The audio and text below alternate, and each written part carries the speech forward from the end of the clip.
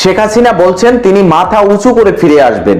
আর বাংলাদেশে শেখ হাসিনা বিরোধী যেই সকল রাজনৈতিক দলগুলো আছে, বিশেষ করে জামাত শিবির, জামাত, বিএনপি, এনসিপি, তারা বলছে আসো, আসলেই তোমাকে ফাঁসিতে ঝুলাবো। কেহ ফাঁসির মঞ্চ তৈরি করছে, কেহ শেখ হাসিনাকে বরণ করার জন্য ফুলের মালা তৈরি করছে। এখন কোনটা হবে?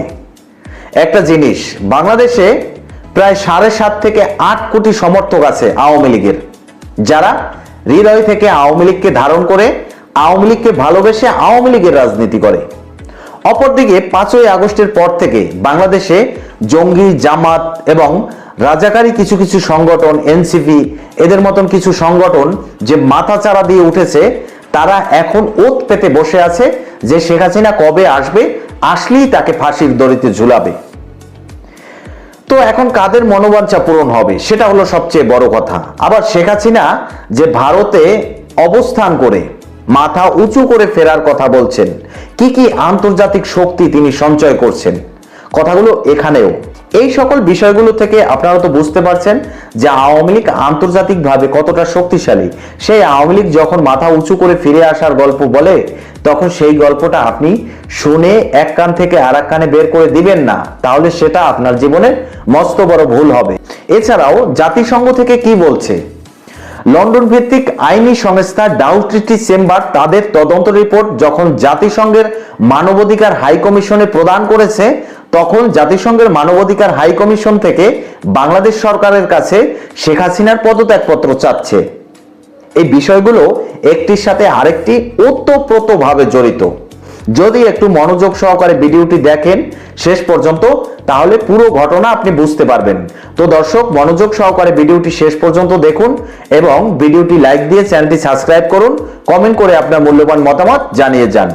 বলছিলাম দর্শক, শেখ হাসিনা কি মাথা উঁচু করে ফিরে এসে ফুলের মালা গলায় দিয়ে তারপরে রাজনীতি করবে, অথবা দেশে ফিরে আসলেই তার ফাঁসির মঞ্চে উঠিয়ে তাকে ফাঁসি দিয়ে মৃত্যুদণ্ড কার্যকর করা হবে, এই বিষয় কথা।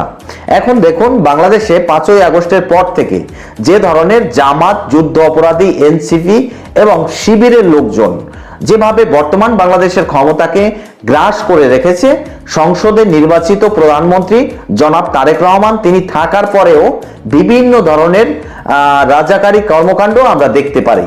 এই যে মুক্তিযোদ্ধা ফজলুর রহমান সাহেব সংসদে দাঁড়িয়ে বললেন, এই রাজাকার আলবদরের বাচ্চারা মুক্তিযুদ্ধ হয়েছিল, আমি ফজলুর রহমান মুক্তিযোদ্ধা এখনো জীবিত আছি, এ ধরনের পরিবেশ পরিস্থিতি সংসদেও সৃষ্টি হয়।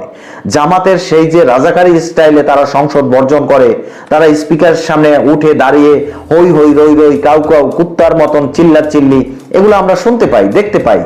কিন্তু বিষয়গুলো হলো, বর্তমান সরকার এই জামাতের বেড়াজালে এখনো আটকা আছে। তারা এখন যেটা পরিকল্পনা করছে যে বিএনপি যতটাই চাক যে আওয়ামী লীগ বাংলাদেশের রাজনীতিতে ফিরে আসুক, কারণ এই জামাত বা এই এনসিপি এদেরকে নিয়ে যে একটি শক্তিশালী সরকার গঠন করা যায় না, সেটা তারেক রহমানও এখন হারে হারে টের পাচ্ছে। তো এই মুহূর্তে শেখ হাসিনা যখন বলছে মাথা উঁচু করে ফিরে আসবে, তখন জামাত, এনসিপি, শিবির যারাই আছে, বাংলাদেশের স্বাধীনতা বিরোধী শক্তি, সোজা কথা, তারা চাচ্ছে যে এখনই একটা ফাঁসির মঞ্চ রেডি করতে। সেই ফাঁসির মঞ্চে শেখ হাসিনা আসলেই তাকে ঝুলিয়ে দেবে, বাস খেলা শেষ।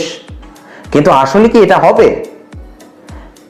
যেই শেখ হাসিনা বাংলাদেশ থেকে আত্মগোপন করে আছে দিল্লিতে, সে সেখান থেকে মাথা উঁচু করে ফিরে আসার গল্প শোনাচ্ছে, তার পিছে কোনো না কোনো বড় কারণ তো আছে।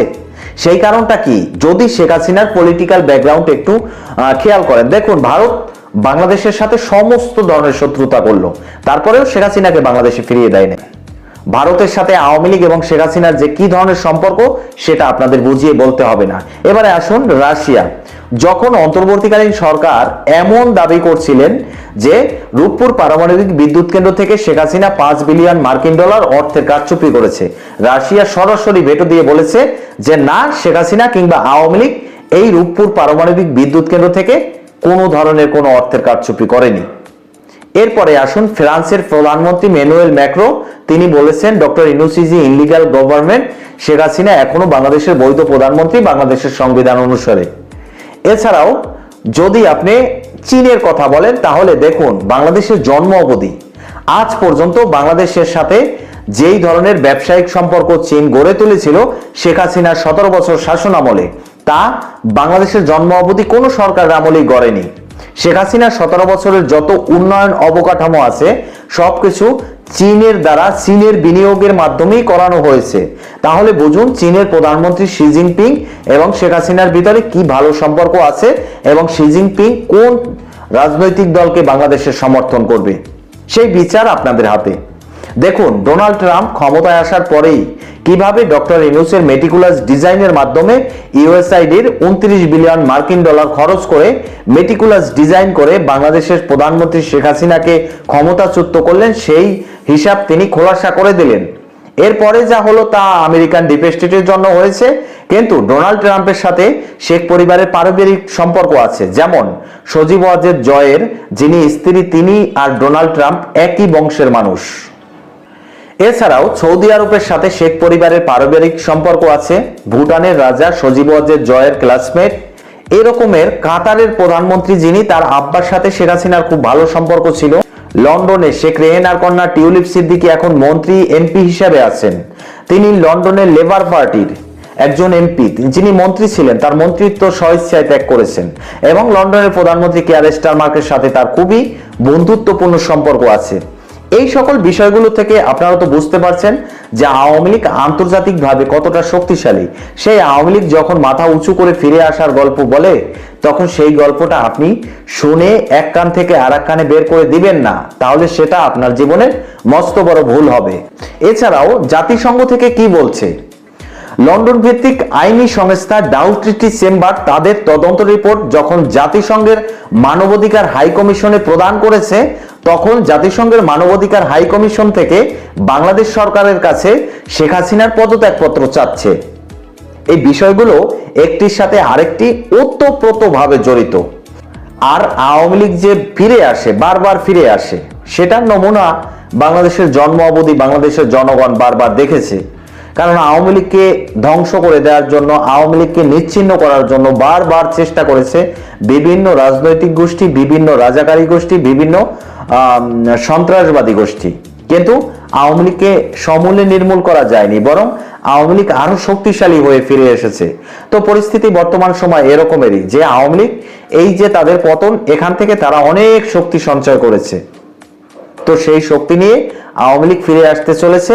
এখন দেখা গেল জামাত ইসলাম বা বাংলাদেশের স্বাধীনতা বিরোধী যে শক্তি, তারা যে ফাঁসির মঞ্চ তৈরি করেছে, তাদের মনের আশা পূর্ণ হবে, নাকি আওয়ামী লীগ সমর্থক যারা এই 6-7 কোটি লোক বাংলাদেশে আওয়ামী লীগকে সমর্থন করে, তাদের মনের আশা পূর্ণ হবে? যা কিছুই হোক, সবকিছু নিয়ে আমি থাকবো আপনাদের সাথে। আজকের এই পর্যন্তই শেষ করছি। পরবর্তীতে নতুন কোনো ভিডিও নিয়ে আসবো। সেই পর্যন্ত ভালো থাকুন, সুস্থ থাকুন। আল্লাহ হাফিজ।